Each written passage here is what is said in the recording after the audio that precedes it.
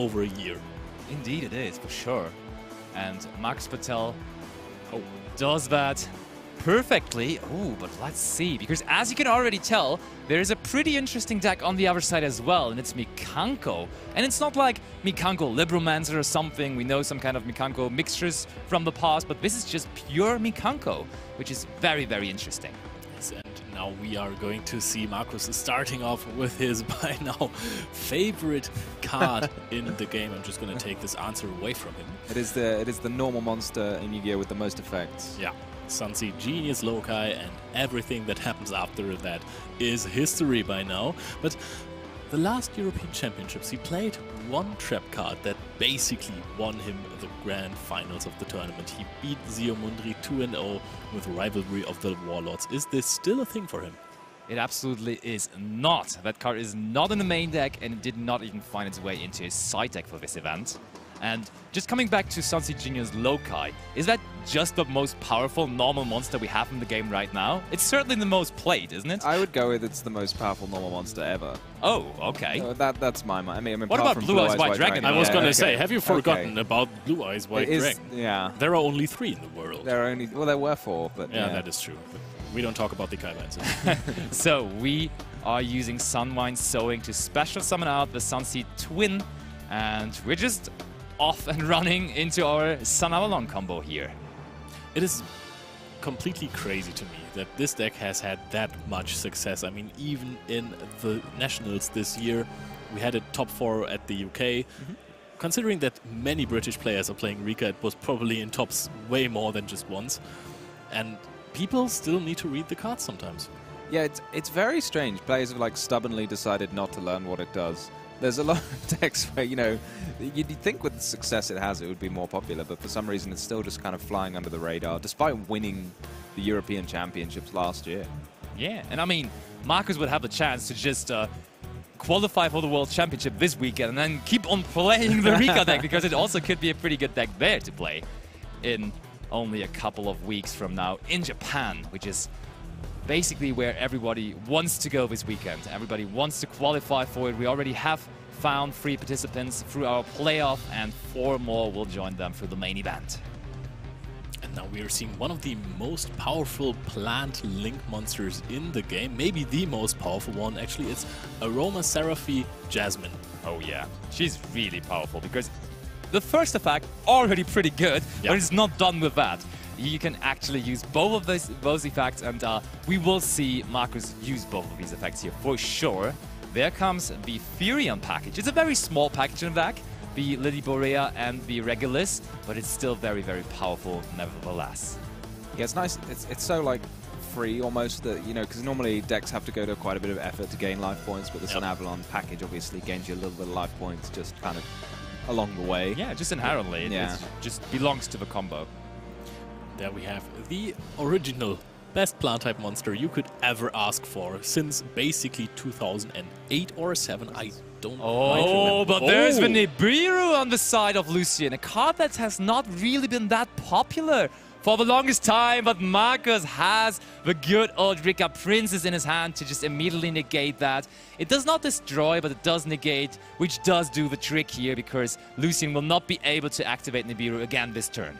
Yeah, that does answer the question, actually. I was thinking, like, why would Marcus just summon the princess? Because you can't use it from your hand. But I think the answer is that you need to have a Rikka in play in order to activate Yes, there needs to be one on the field. So that's why he started by summoning Rikka Princess. Also, I was asking myself why he did not use the Lily Borea effect earlier to get the Regulus to be Nibiru-proof, basically. I think once you've summoned Rikka Princess, is Rikka Princess one of the cards that stops you from summoning non-plants, or that might be the Pebble? Does. Oh, you can only summon it if there are no plant monsters on the field. If there are non-plant monsters on the field, I think. Aha. Okay. So he can still summon the Regulus, or no? No, he can't use it while she is face up on the field. During main phase, you can special summon this card in your hand, but while it is face up in the monster zone, you cannot special summon monsters except plant monsters. Okay, well that's not too much of an issue, because I don't think the Princess is long for the field. Yep, there it is, already gone. And there is his favorite card. Honestly, yeah, Leonard is telling me that basically on a daily basis, but this card is called Rikka Petal. But I mean, obviously it has to be renamed to Rikka Patel, right? Patel. That's so obvious. It's super obvious to me. You He are made this making card me successful. mad again.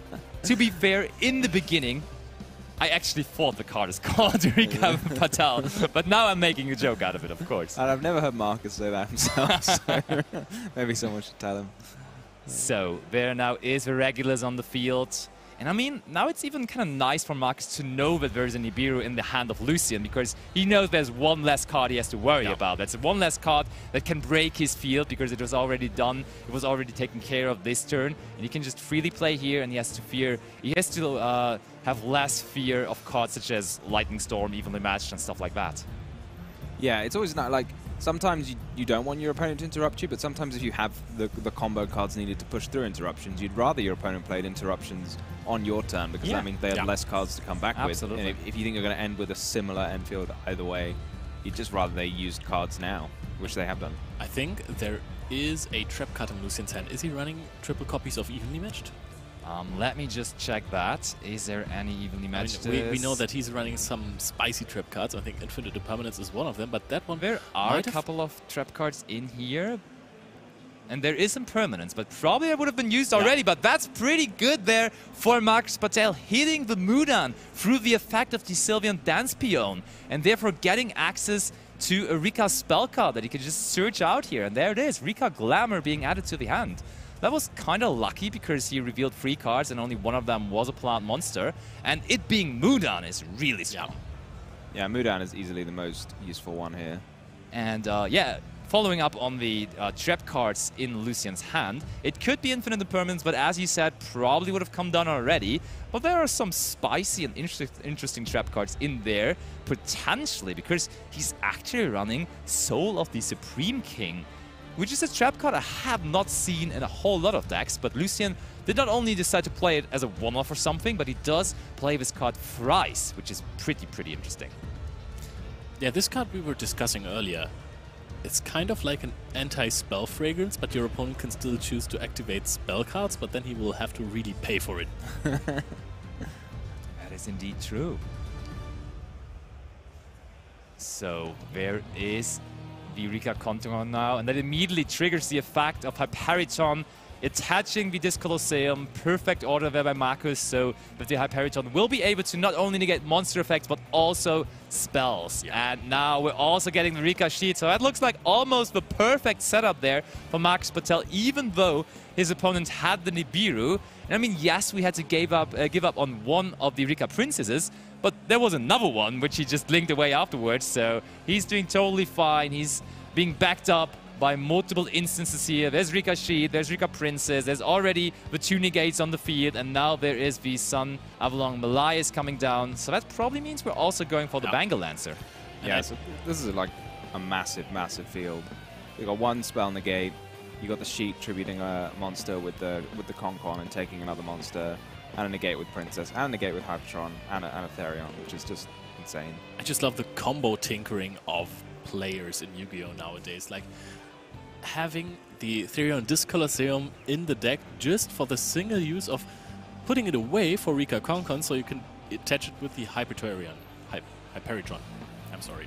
That is absolutely crazy. I love when players get this creative. I know this combo has been around for a while now, but it is still really strong. I don't even think that there were Therion combos in the European Championship deck from last year. No, I don't think so. I think it was just kind of pure. It was very much reliant last year's deck, I think, on the resolving things like rivalry to win the game. To be fair, you do have to play the Therion Disc Colosseum, because Lily Borea would only be able to search you a spell or trap card off of the Therions, and therefore that is definitely a card you have to include.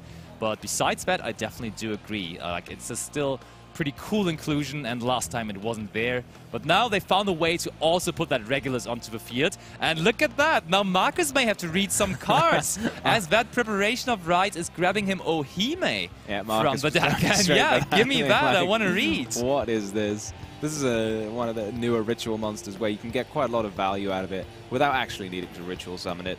It's quite good on the field as well, but you can just reveal it from your hand and search any other Mikanko card, and then you have to discard any card, which is a pretty good effect. Absolutely is. And it's interesting to see that Lucien has not decided to just scoop it up into this amazing combo field. He decides, hey, my deck might be able to play through this, and I'm curious to see whether it really is. I mean, maybe he wants to put up a little bit of a show the players what the Mikankos do, but I think that he actually might not want to reveal the deck, so I think there is a pretty good chance. Well, he's already activated the preparation. Yeah. I mean, looks like we just activated the effect of the Ohime, right? Because we are shuffling back the Princess. That must mean we did use the effect of Princess. Yeah, I feel like this Bengal Lance is actually going to be very, very annoying because Mikanko's a deck which centers around equipping your monsters with equip spells, right? So if you activate an equip spell and then you just respond with Bengal Lancer to bounce the equipped monster, that's got to be unpleasant. That could turn out to be bad. But I mean, there are also Mikanko equip spells that you can equip to your opponent's monsters, and then you could take control of the Bengal Lancer. I don't know whether you could do that preemptively, but there is definitely a way for him to get into this game, I'm quite sure.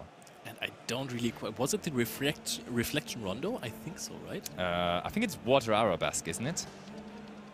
No, it's Reflection Rondo. Okay, perfect. I think with the Reflection thing, it would make kind of sense. It does, you're right. But that, first of all, is Hooli, the duel Mikanko, that is being normal summoned there by Lucien. I think they could have just called it Mikanko Snatch Steal, just so everyone knew what was up. That's probably how everyone else calls it, to be honest. Or how Lucien is constantly explaining it to his opponents. So, Marcus done with reading the Hooli. Now knows what he's expecting. And I mean, Hooli would only trigger if you equip an equip spell to it, right? That should be the case. And what does it do then? You can add a Mikanko trap from your deck. Oh, and there are Mikanko traps in there. Oh, but preemptively, Marcus decides to tribute the Bengal Lancer to take control of the Hooli. Oh, that's pretty early. But there we have it. There is one of those Mikanko equip spells, and it is the one you were just talking about, right? That is Reflection. No, wait. I think it says you can only activate this while you control a Mikanko monster. It says while you control a Mikanko monster, you get to take control of your opponent's monster. But you can just activate it beforehand. Oh, right. It's a bit of a sneaky thing. Oh, this looks like Water Arabesque. That is Water Arabesque. Yeah, that's what I also just noticed. You can equip to your opponent, and then you can special summon from the deck. Yeah, Water Arabesque is like the extender, the one that brings you monsters from the deck. And it bounces the monster that you equip to the hand. So this is not only an extender, this is also an out to the opposing field. This card is, I forgot how good those cards were. There was a small moment in time where people were really hyped about the Mikanko deck. I think one of the most famous UK players, Gabriel Netz, went completely off with it. He had a really good run with it at some UK tournaments, and then people I think at a regional he just tried it out. He did like some Mikanko Libromancer combo pile, and I think this is more straight up here by Lucien. It's just the pure Mikanko version. It doesn't do a whole lot of funky stuff. It just goes for pretty easy damage, honestly. And I think Lucien wasn't even that unsatisfied with losing the die roll. I mean, of course, to Rikka it kind of hurts, but generally this deck is supposed to be somewhat decent going second even. But it doesn't look like that's going to be the case here. We're just setting one more card and passing it over to Marcus. The problem with going second Therion is... King not passed over now because Lucien now controls a... Oh no, this is... it's still Water Arabesque. Oh, it's the Water Arabesque that's in play. Okay, sorry, I thought it was the other... Yeah, it's not the Reflection Rondo here. They do look very similar though, I gotta give you that. So, Marcus had somewhat of a small problem here because in his end phase, or rather in the end phase of Lucien, normally you would be able to special summon out the Petal, but here in that case he controls a non-plant monster and therefore that was not possible. But there is the trap card we were talking about, Soul of the Supreme King, right away being activated here by Lucien, and I don't even know how Marcus is going to out that big of a monster. And Marcus is like, let's not worry about it, let's just negate it with the Therion King Regulus. Marcus does not want to get Zarked here, so he is actually investing this entire Therion King Regulus. I think that's pretty reasonable. I think what a reasonable strategy sometimes, if you don't know what your opponent's doing, you often just like negate the first thing and just say, because if you can't like, necessarily want to wait. Sometimes you want to wait for the opportune moment to use an effect negation, but if you don't know what's up, then you're probably going to get some value out of just negating whatever your opponent starts with. I think we're going to see a Strenna soon. Yes, Strenna hitting the field. Fantastic card, by the way. And you can already see there are not too many cards in the extra deck of Marcus Patel left, right? I think it's about 3 or 4. Yeah, that's very usual for the Rikka deck. You just go through, or whether he wants to kick things off here in this second game. I'm really curious to see now, because I will also be really interested in seeing what the deck does going first, and I think he still has the Supreme King spell card. Trap card yeah, by the way, he is looking at his hand, and by the way, Marcus put down his card. It does mean that Lucian is going first, but he does only set 1 spell and trap card, and then passes it over to Marcus. That can't be what he wanted. I think that Marcus immediately found a Cosmic Cyclone, so unless it is the Supreme King trap card, he's not in for a good time. I also think that he has Magnamood in hand. Is Magnamood that strong against the Rikka deck? I don't really think that they are lights or darks. I think there is one extra deck monster that is a light or a dark. Let me just... Yeah, Jasmine actually is a light. So that would be the only card you could hit with that. Really, really good target to hit. Yeah, absolutely. I mean, Bengal Lancer is also light, I just realized. Why are all of those plants light monsters? That makes no sense in my head. Because they need light to grow. It makes sense. I mean, fair enough, yeah. Okay, but we're starting off with activating the effect of Rikka Princess to special summon herself, and then we go Rikka Glamour, tributing the princess, which means we don't only get to search for the low card, but we can additionally also grab his most favorite card, the Rikka Patel. I now feel like you when I'm doing stupid jokes. That's the thing. I want you to know how that is. Okay, so you want to let me suffer. It is okay. For entertainment purposes, of course. So, Lucian decides to hold his back row here. Leo.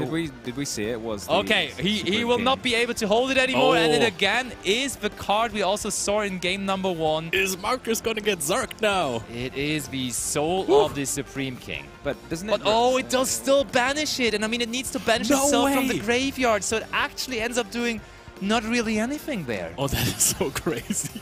That Cosmic Cyclone in this particular case is so much better than a Mystical Space Typhoon, because this card would have needed to be in the graveyard. I have been telling you guys from the start. Tom, do you see this? Are you seeing this? Yeah, just in case my opponent has Soul of the Supreme King face down, yeah. I'd better play this Cosmic Cyclone. Absolutely. So, Marcus just double reading on the Supreme King Zark. There is a lot of text to get through there, so I think it's worth him double checking. He's not got up out of his chair, he's just leaning forward, I think. It's half a rulebook, basically. Yeah, and also, as you can see, Lucian had to pay half of his life points to even activate. And now he gave himself a monster which enables the Dino Wrestler Pankratops to be special summoned. Oh, and there's Small World. That is somewhat of a new addition to the Rikka deck there, I gotta say. I think for us, maybe we were too excited looking at the Mikanko deck to have a good comb through Marcus's list. There is now also Small World. I can guarantee you Small World wasn't in their deck at the last European Championships, so they definitely found some new ways to play this deck. We are revealing the Patel that we searched out with the Glamour, and then there's Lonefire Blossom transforming into the Lily Borea, which then special summons itself, and Marcus just keeps on going.